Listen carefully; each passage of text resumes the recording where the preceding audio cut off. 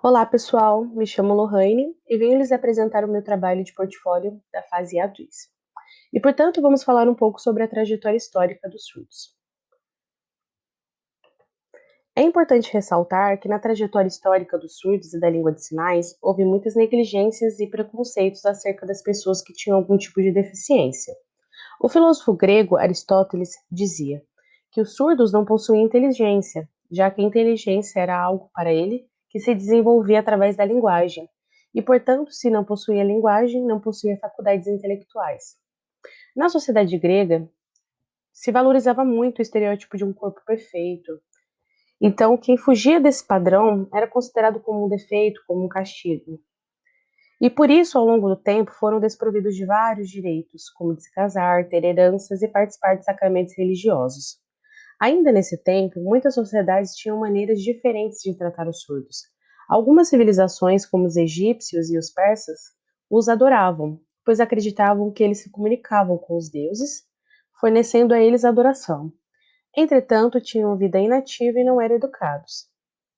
Na Idade Média, os surdos eram lançados à fogueira, não recebiam comunhão, pois acreditava-se que quem não podia ouvir a palavra de Deus, pelo fato de não poderem se confessar, não poderiam ser salvos. É só a partir da Idade Moderna que surgem os primeiros educadores de surdos. Gerolamo Cardano, médico e filósofo italiano que defendia que os surdos deveriam ser ensinados. Ele fez uso da língua de sinais e escrita com os surdos, e dizia: a surdez e mudez não é um impedimento para desenvolver a aprendizagem, e o melhor meio dos surdos de aprender é através da escrita, e que era um crime não instruir um surdo mudo. Pedro Ponce de León, monge espanhol que foi o primeiro educador de crianças surdas da aristocracia. Essas famílias nobres tinham a motivação de que se educasse seus descendentes surdos para que pudessem usufruir de suas heranças, pois como eram considerados inferiores por não falar, não tinham tal direito. Leon usou do alfabeto manual, escrita, oralização e também ensinou filosofia para os surdos. Juan Pablo Bonet se utiliza do método de Leon e em 1620 escreve o primeiro livro sobre a educação dos surdos. Seu método consistia em ensinar o alfabeto manual, escrita, língua de sinais e a manipulação dos órgãos fonoarticulatórios. O objetivo final era a fala, e por intermédio desses meios que para ele se chegaria nesse resultado. As ideias de Bonnet foram disseminadas através de vários lugares na Europa. Charles Michel de Lepé reconhecia a língua de sinais como a língua natural dos surdos, e que através dela eles poderiam aprender, se comunicar e desenvolver pensamentos. Esse período foi muito importante para o aprendizado dos surdos, pois Lepé foi o primeiro a reconhecer os surdos como humanos e super capazes de se desenvolverem. Fundou a primeira escola pública para surdos em Paris, e seu método consistia no ensinamento dos sinais, que tanto defendia como a maneira correta de se instruir os surdos.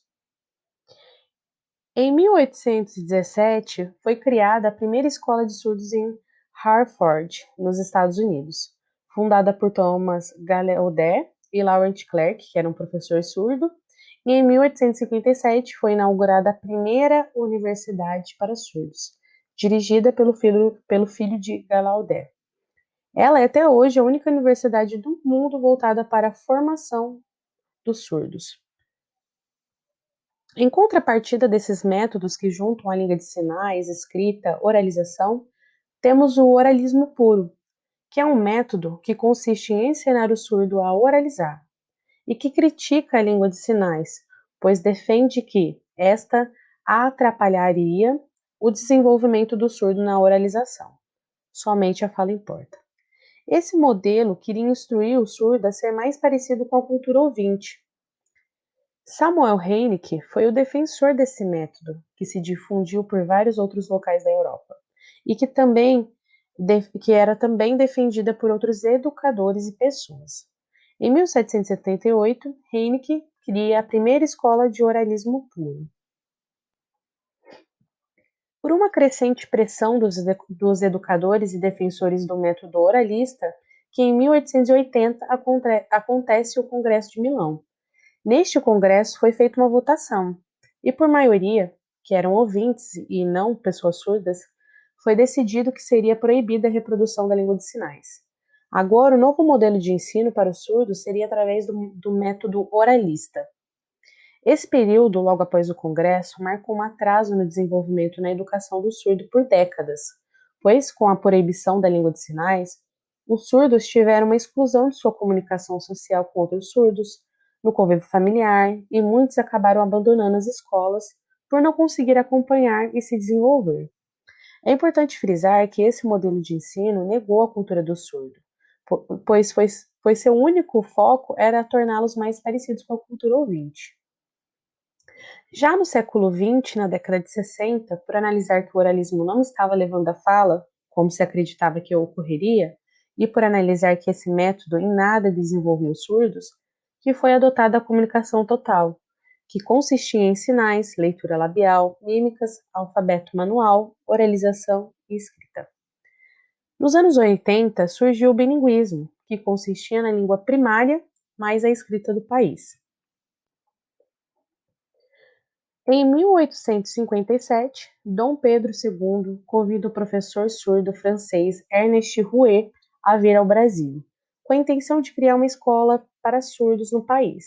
É então fundada no dia 26 de setembro, no Rio de Janeiro, o Instituto Imperial Surdos Mudos, o IISM, que depois se tornaria Instituto Nacional de Educação de Surdos, ou INES, como conhecemos hoje. Os alunos aprendiam sinais e a escrita da língua em português. Nesta escola surgiu a mistura da língua de sinais francesas com a existente no país. Com o tempo, foi se tornando com a língua de sinais que usamos hoje, a Libras. Na década de 60, o oralismo foi ganhando força no país, porém foi muito criticado, porque era analisado que não trazia quase nenhum desenvolvimento de aprendizado intelectual e social para os surdos. Foi a partir da década de 80 e 90 que surge um renascimento da língua de sinais, com um modelo chamado comunicação total, influenciado pelos Estados Unidos. Esse modelo consistia em qualquer forma de comunicação que poderia ser usada pelos surdos. Agora vamos falar sobre o que é cultura surda.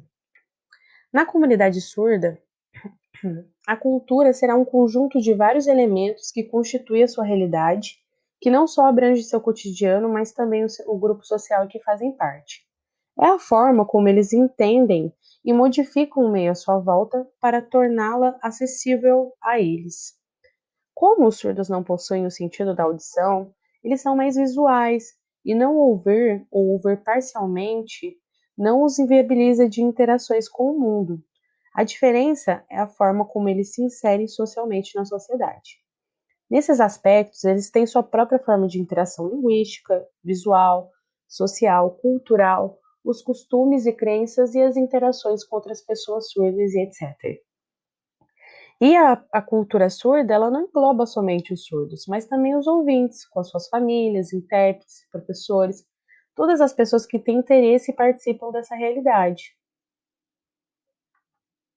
A cultura surda no Brasil está presente em diversas áreas culturais, como a literatura, o teatro, o cinema, dança, o esporte e instituições, entre outros.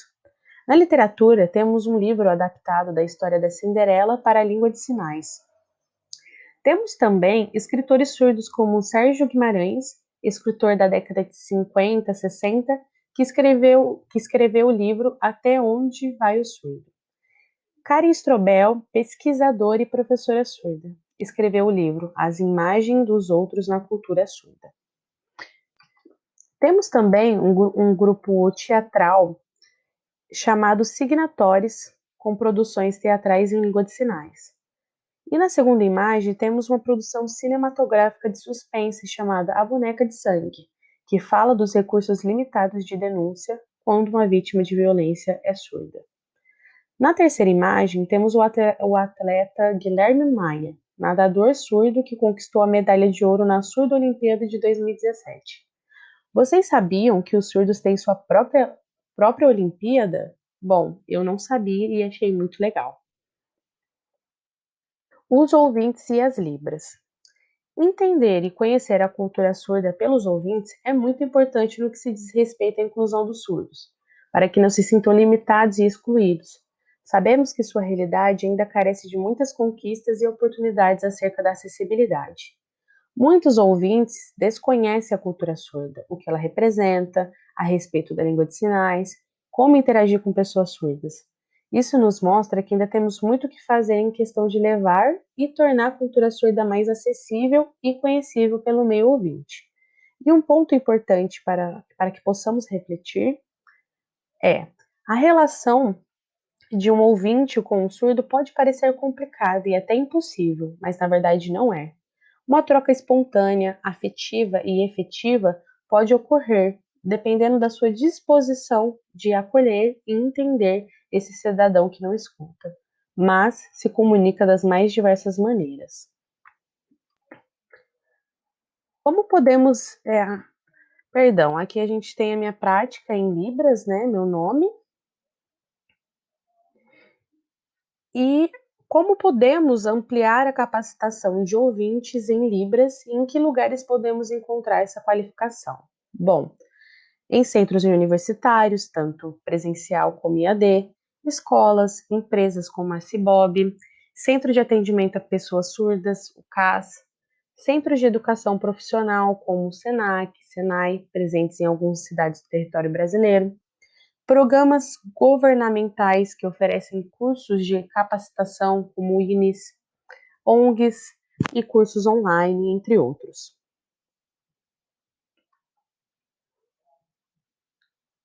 Experiências locais bem-sucedidas com Libras. São Carlos, São Paulo. O projeto que se chama Casa Libras tem como propósito informar e levar entretenimento para crianças surdas. Essa ação é realizada pela pesquisadora Vanessa Martins. Conta com participação de várias pessoas do meio acadêmico, enfim, inclusive com uma criança voluntária chamada João Pedro Nascimento, como demonstra na imagem ao lado. Libras e cultura surda. O que pode ser feito em nosso polo? Bom, aqui eu vou deixar algumas sugestões. Ter tradutor e intérprete no polo, algo que já tem na Uninter, porém sempre podemos pensar em ampliar cada vez mais. Livros em língua de sinais, engajar projetos acadêmicos que levem cada vez mais acessibilidade para a comunidade surda, apresentar palestras e debates que falem sobre esse tema e outras coisas mais. Bom, e continuar se aprofundando com o trabalho que já é feito na instituição. Bom, pessoal, é isso. Espero que tenham gostado de conhecer um pouco sobre a história da trajetória dos surdos. Muito obrigada.